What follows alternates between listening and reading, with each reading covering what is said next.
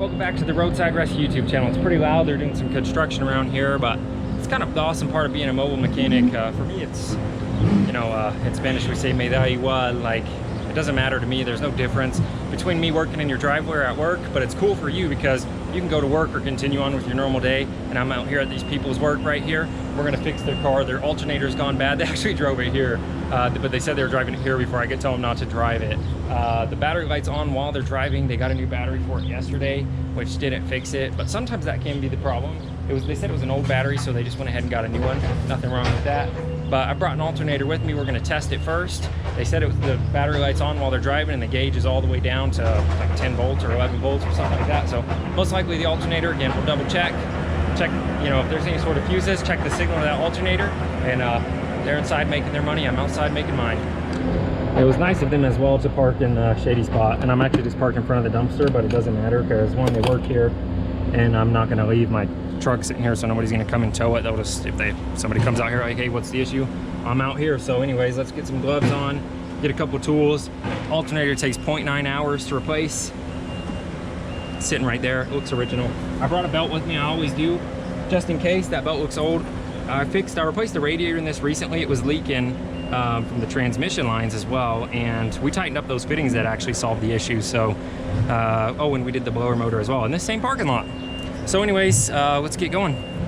Well, this is an interesting case where the alternator is not completely dead, but it's putting out low voltage. So sometimes that can be a signal issue. Problem with this alternator is I don't see the connector even right here to test the signal. So I'm gonna have to start disassembling stuff. If I disassemble too much, I could probably leave this mass airflow sensor here. Then it's hard to get it running to test it again.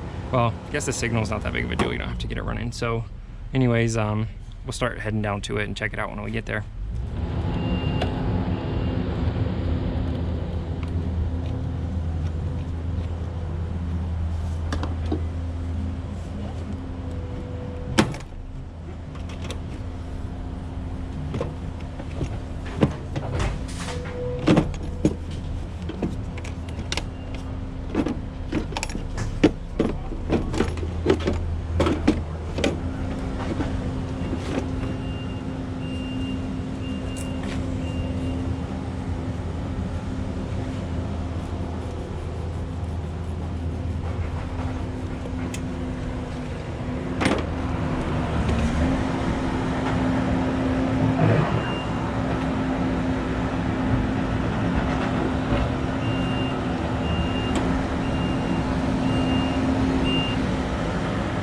So it's pretty dusty in here. I mean, they use this, we're in Utah, and they use this van to kind of travel around and camp when they do.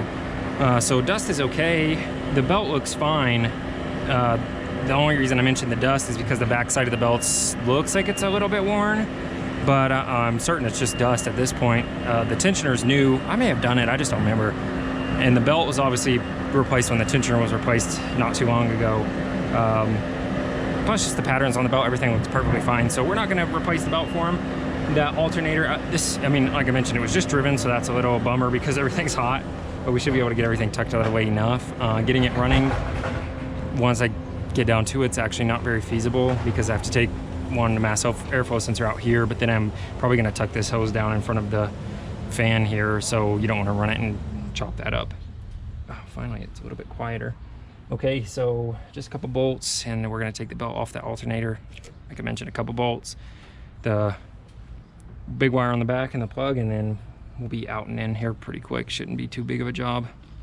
I mean, plus it's already hot outside, and on top of it, this engine's hot, so could be worse. Not complaining, but some of the things that make differences. Let's see how the easiest way to get that off.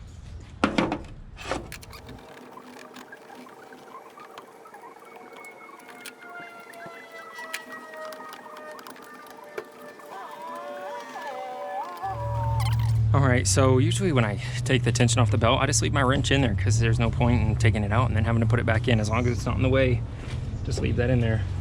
Okay, 2 bolts, that's quick, or it's gonna be quick. Oh, here might be the issue. Is that the signal wire for the alternator? Is that a vacuum hose?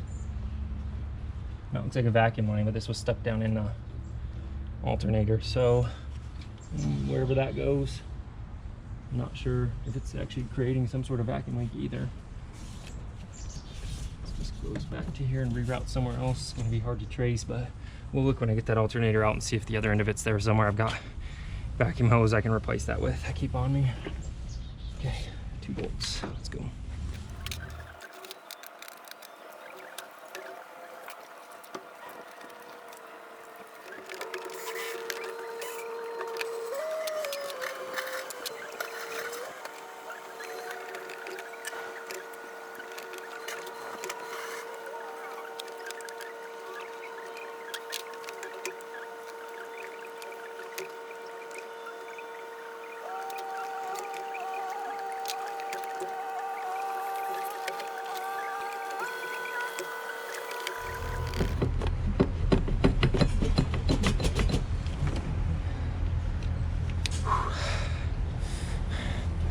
All right, well, this thing's almost out of here. It's really hot, which is, sometimes they get really hot no matter what, but sometimes that's a sign of them shorting out, especially since the drive wasn't that long, but the vehicle did warm up all the way, or in theory, because yeah, those hoses are tight.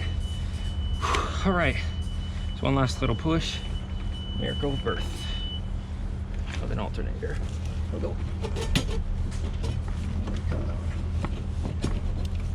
Man, it's hot. It's hard to grab for more than a couple seconds. Might be getting stuck on this silicone pad I put there to protect my wrists from the heat.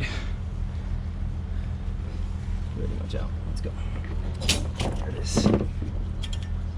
Bingo. Out with the old and with the new. It's got a lot of junk in it. Doesn't mean it's bad though. Gonna check the shaft for play. Yeah, I mean, you have to disconnect the battery, downhook an alternator, so it's hard to test those wires now. Fairly certain it's the alternator. So then it comes a question of, do I install the new one and test it that way? It's the same amount of work, basically. Problem is, are you gonna have a problem returning the alternator because you installed it? Very well could.